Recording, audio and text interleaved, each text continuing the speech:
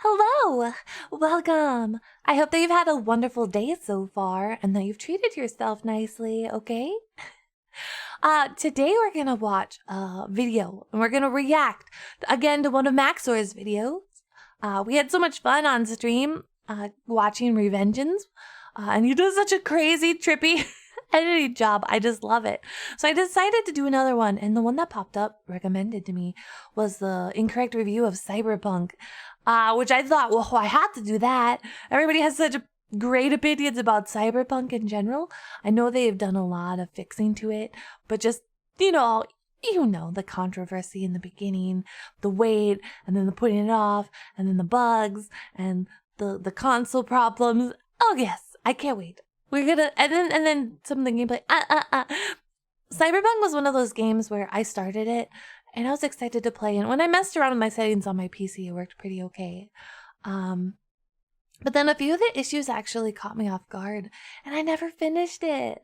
So maybe that's something we should go back and finish sometime, right? But first, but we should get a proper incorrect review first. So let's do that and see how that goes. Without further ado, let's watch. Cyberpunk 2077 is the long-awaited sequel to Fallout 2076, and as a product represents the entire economic output of the country of Poland. In this game, you play as the Cyberpunk, Keanu Reeves' biggest fan, who creates a tulpa of Keanu Reeves that haunts him for the duration of the game. Now a team, the true and shadow Keanu strive to eke out a living in the dangerous yet rewarding Night City, offering the very best in Californian living conditions. Together, you navigate. Oh, and also before I resume, this video does have a seizure warning, so I want to pause it before we go any further. Know that there is a lot of quick moving images, a lot of flashing lights, so seizure warning, just as a heads up, okay? Navigate the dark streets, glitzing high-rises, and mangled faces of this beautiful metropolis, seeking riches and glory as proud members of Hamas. Under the yoke of crushing poverty, systematic oppression, and runaway monopolies, you stand as Night Comcast defense against a shady underworld of business executives, mercenaries, ANCAPs, and every single kind of ethnicity in existence. Daring to strike back, of VTuber, and you alone, and you and Keanu Reeves, to navigate this scary world together yourself, and to get to the bottom of who, the, when, is where, on top of the six, the near, whatever, and build this city on rock and roll. But to understand Cyberpunk 2077, you must understand the world of Night City. Night City. I love the driving. That's my favorite part of the game. No longer exists due to nuclear viruses, forcing people to stand up and socialize for entertainment. Oh no, we had to socialize. On society has resulted in a decadent morass where the poor are forced to rob you for fun. Crime is at an all-time high. Advertisements are in the water, and on top of that, everybody is a cyborg with the equivalent speed of a fucking xenomorph. As a result, the city is populated by a series of stereotypical gangs that you can't join or have quests with. Come on, guys, even Todd got this right. These consist of the animals, who are buff B-rated broskies who could break my bitch of a back without busting a fucking breath. Maelstromers, who are Adeptus Mechanicus. Moxes, who are ethical cock destroyers and suited up giga prostitutes in charge of worker co-op strip clubs. They look fabulous, though. Pissed off radical Haitian separatists dedicated to the destruction of the white man. Tiger Claws, who are the bargain bin yakuza. Valentinos, a generic Hispanic gang who, according to the wiki, have no goals other than seducing women. The Sixth Street gang, I didn't know that. Wow. And finally, the Scabs, who are Slavic vaporwave enthusiasts that specialize in kidnapping and harvesting your organs. It therefore really disappoints me when I figured out that I could only interact with these gangs about 3 times each. Their primary purpose is to be repeatedly fucked with without any consequence. I am simply fucking surprised that not even a basic faction system exists. I once did a favor for a corporate agent in the main quest, and the far-reaching consequences of my decision was that I had sex with her. That's it. Speaking of corporations, Night City is a place where corporations have run completely amok and are involved in every single level of government through lobbying, which isn't corruption because it has a different name, guys. Yeah. In the world of Cyberpunk, lobbying's are not free corruption. to coup as many Bolivian governments as they please. That lithium isn't going to mine itself. Exploit convict slave labor to make hand soap. Make Taiwanese labor laws worse. Engage in literal wars. And also mind control the mayor. That's a quest. All hospitals and ambulances are privatized, and you can I love mind controlling to arm your paramedics. You paid to go to that hospital, and goddammit, you're gonna fucking get there. Ultimately, the lore and setting of Cyberpunk 2077 is the best aspect of the game by far. You can tell just by looking at every single crevice of the city that a poor Polish femboy slave spent hours modeling every goddamn recycle bin until his hands bled. The game really sells you on the feeling of of being in a crack den and buying Xanax wrapped in a cassette tape and stapled onto a guy's face. Even the most basic side quest areas make Dark Souls 2 look like it's designed by ants. When someone tells me this game took 8 years to develop, this is why I believe them. The game runs especially well if you have a computer designed to fight God and nothing else. But as controversial as this game's performance is, it can be We have to fight God in order to play the This game. game is jam-packed with the most goddamn amazing copyright-free music I have ever seen. All of it sounds like the realistic, as if it is the music of the Exist in the Fiber Skunk world. You got the classic metal. I love the music reggae, of the and Exist. Grimes is in this fucking game. This is the closest I will ever get to reaching Elon and telling him to stop killing people for lithium. I can only imagine a dude in CDPR HQ talking to a suit like, "Sir, it is imperative to the success of the game that you allow me to create dank reggae music." And now that you're aware of the world of Hyperfuck 2077, it's time to get into the combat. Oh yeah, the combat. Gunfest 2000.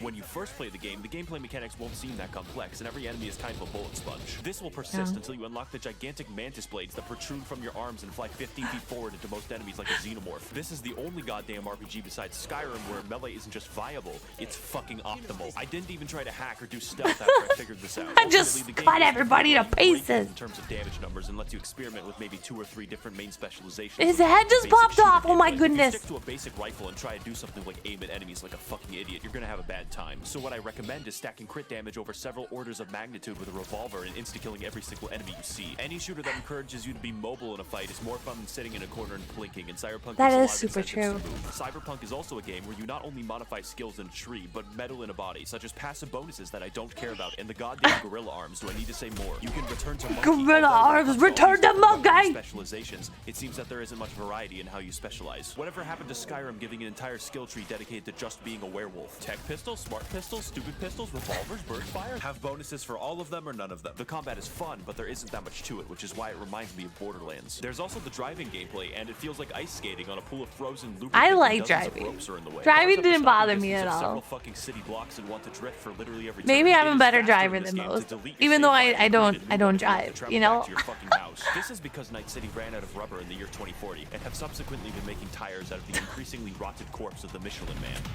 Oh boy.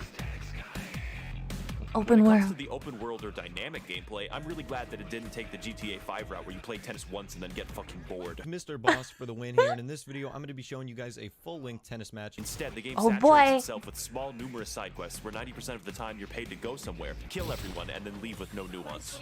The side quests are the dynamic gameplay. This isn't a game where you go hunting. My biggest issue with the entire game thus far is that the side quests are either William Shakespeare fucking masterpieces, or they have micro-stories that are summarized in 2 sentences. Let's walk through a side quest. You go to drive a weird guy somewhere. He gets out of the car, goes to the store. Oh no, he actually robbed the store. Then you kill everyone. Congrats, the quest is over. No further development. Fuck you. I would trade 8 of these fucking quests to get a decent one. It's like you're playing a weird mixture between Fallout New Vegas and a Ubisoft game. The Witcher 3 had something similar, but in The Witcher 3 I was actually surprised sometimes. Let's look at the better half. Witcher of this. 3 There are was side quests that amazing, are but fun I'm games very as well. biased. You learn I the am a entire big backstory for an fangirl ensemble over of Witcher enterprising 3. actors and then crucify them on live television. I can't stress enough how actually godlike the writing for these quests are. When the developers decide to write words. An impressive cop. There's a side quest in this game involving a meticulous search with a skilled detective. It's to true. track It's down like and when they locate try, serial it's killers super, using super only the freaking woods. good, but when they don't try, it's like, from the clutches of organized crime and a complex family feud in a biker gang. Or I can play the same murder spree in a single room 16 fucking times. This game is like reading 6 dirty copies of War and Peace, and then every 20 pages you have to stare at cardboard. Imagine for a moment that you're a Militech guard in the beautiful Night City. You see this weird guy running down the street wearing 14 different colors like a goddamn clown, when suddenly his arms open up like a fucking alien to Burger reveal 2 King gigantic crowd. sword-like appendages, and he leaps directly into you from 15 feet away. Your buddy goes to shoot him, but instead of fighting back, the fucker disassembles an entire rifle in front of him. And once he's done killing everyone, he sits perfectly still for 24 hours straight. That is the true open world experience. Do you remember playing Fallout New Vegas and having so many interesting little elements to the quests and their effect on the world that you never had to find the fun? Well, most of Crying Trunk's quests had me going, oh yeah, this is a video game. I never felt like these quests improved my relationship with Freeside or helped the NCR. They were just there to waste my time. In fact, let's stop comparing things to Fallout New Vegas forever, since it's the perfect game. Don't let Todd hear about this conversation. That aside, there are a good 30 to 40 hours of meaningful content in this game. You don't have to do all the gigs, unless you're reviewing the game, and you might just have to. Night City also suffers from an issue where all all the police are in a You state are of stuck. quantum You're reviewing the superposition game. where You they are must do every at quest. all times. Meaning, if a citizen were to commit a crime, the cops would simply quantum tunnel directly outside their cone of vision. This is because the aforementioned Michelin droughts of 2040 caused the police to give up driving entirely. There is no driving AI in the game. Nobody can drive, not even you. This Nobody is why gets cops to fall drive. for it, because they can't actually drive to the scene of crime, so the game pretends you don't notice, but you fucking notice. It just makes the world feel kind of dumb and not that reactive. It's not fun to commit crimes in Night fucking City. There aren't enough dynamic mechanics to make Which the is world feel ironic. alive, which is fine, but the picosecond quests aren't filling the fucking gap. Which is a shame, because the world design almost does. I'm not going to forget about Little Japan's shitty alleyways filled with hollow prostitutes, Watson's red glow at night, the Badlands rotting windmills, or how in Pacifica they want me dead for killing that innocent girl in 2004. So when you're done with your first 40 hours of epic adventures, daring escapes, and thrilling car chases, the game doesn't seem to have enough to keep me playing. But let's rewind for a moment to talk about what makes those first 40 hours satisfying and fun. Oh, part 4. Yeah! The story! Spoilers for the rest of the video. I've saved this part for last, in case you're a child or seeing Yeah, this 10 spoilers years from in now case after Mekashi's you World care. Takeover. In which case, like The Witcher 3, the main quest is actually not written by gorillas. In the years following Skyrim's release, Unlike the Polish side scientists quest. were able to extract and locate the hidden element known as being fucking subtle, and are mostly able to apply it to the world of Cyberpunk 2077. The game is willing to stop and give you quiet moments with the characters, as if they're written to be like people, and not the apes that live near Ubisoft Montreal. Speaking of characters, the main quest is primarily comprised of The the shade world's that's last being thrown schizophrenic, and Keanu constantly Reeves, is who plays as himself, glorious. and even then, he's improperly cast. Are you still rolling? It's hard to see Keanu as a super badass through his overacting voice, but that's okay because the game does everything else in its power to make sure that you think he is badass, and it works. The sections where you play as Johnny are straight up power fantasies where you use Keanu's dashing looks to invoke the mythical female orgasm. The story of Fiber Junk is one where the true and shadow Keanu begin in opposition, but through a slow web of corporate entanglements, gang warfare, and strip club participation,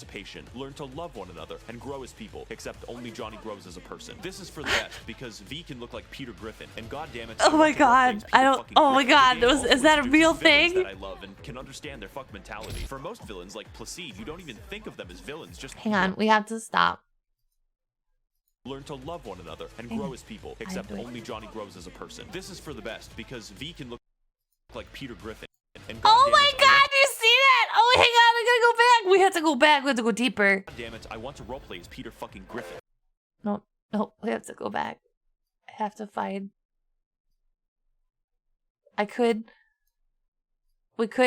use the YouTube ability to make it go.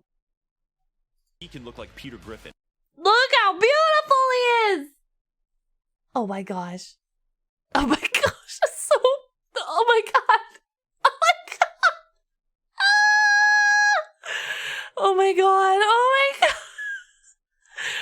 You see, my eyes don't know where to look. My eyes don't know where to perceive this fine specimen of humanity. Is it the way that his face is so large that I can't see most of his ears? Is it the tiny head with the little, like, it looks like somebody cut off the end of a ponytail and then pasted it on his head.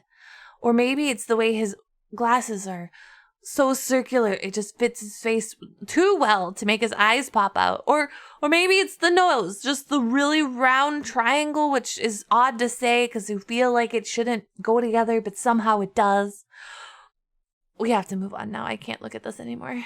And goddammit, I want to roleplay as Peter fucking Griffin. The game also introduces villains that I love and can understand their fuck mentality. For most villains like Placide, you don't even think of them as villains, just people acting in their own interests, like Stalin. Cyberpunk is able to effectively frame its dramas as a story of survival, of personal interest against what is truly right, which is why I can sympathize with Johnny for causing 9/11. And though I don't agree, I can totally understand Saburo's decision to melt those orphans into useful paper. That got me motivated to stop. Oh, the mentality of these people uniquely corresponds to the wider world, one where human life means nothing and everyone is out for themselves, just like America. What I didn't appreciate is that through the game, the main quest gives you a false sense of urgency when there is none. Peter Griffin repeatedly suffers from schizophrenic episodes that cause his eyeballs to enter screensaver mode. Every single character in existence urges you to finish the story and save your life as fast as possible, but it will never matter until the plot decides that it matters. If you do all of the side quests, V is the equivalent of a sickly paper bag carrying a shotgun with 50 hydraulic toasters attached, and one of those toasters used to be a rock star before before a geriatric Japanese man ate his soul. The game insists that you're weak and dying, when in reality you've killed thousands of people out the fucking hospital window, and it's jarring. Lastly, people are mad online that you can't continue after the main quest because they are wombats. And if you fuckers somehow convince CDPR to patch in a post-game, I will eat a cricket on camera. Is this game worth your money? Probably. Unless you have a PS4, in which case you've already been sent to the black pit of Sheol, from which you will never return. I'd like to thank the monetary contributions of the oil barons and media conglomerates that fund my channel and keep it operational. If you would like to contribute your blood diamond money, harvest it.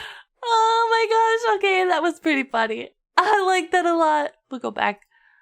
Oh yeah, this is a good background to have to end the video, don't you think? It's very, the pixels are beautiful. Everything is beautiful. Everything's beautiful about it. Okay. I had fun watching that. Oh my gosh.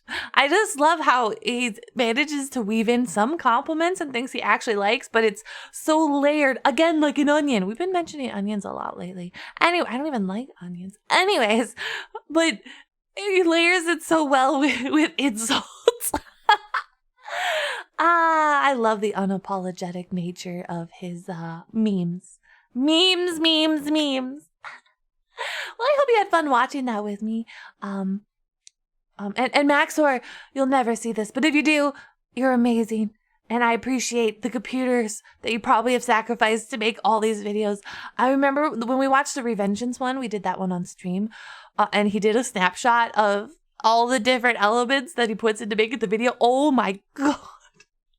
If I put like 2 things into one, okay, maybe not 2. If I put like 3 things into one video, I'm just like, wow, look at me. I'm so good. I'm so pog. My non-existent video editing skills are so on point. I can't imagine doing that many. Oh my God. Anyways, thank you all so much for watching this video with me. Be sure to go check out Max0r, obviously, for the genuine, full, throttle, hardcore, non-Seelie commentary content. Otherwise, have a wonderful day. Thank you again for coming to watch this video. Really appreciate it. Hopefully soon I'll be done with my vacay, which is weird to say. It's like hopefully soon, but at the same time, I must be on vacation, so I must be having fun. But I know I miss you, and I know I miss streaming, so I'll be back soon, of course. And you have a great day. Make sure to treat yourself and hydrate, or else I'll haunt your dreams.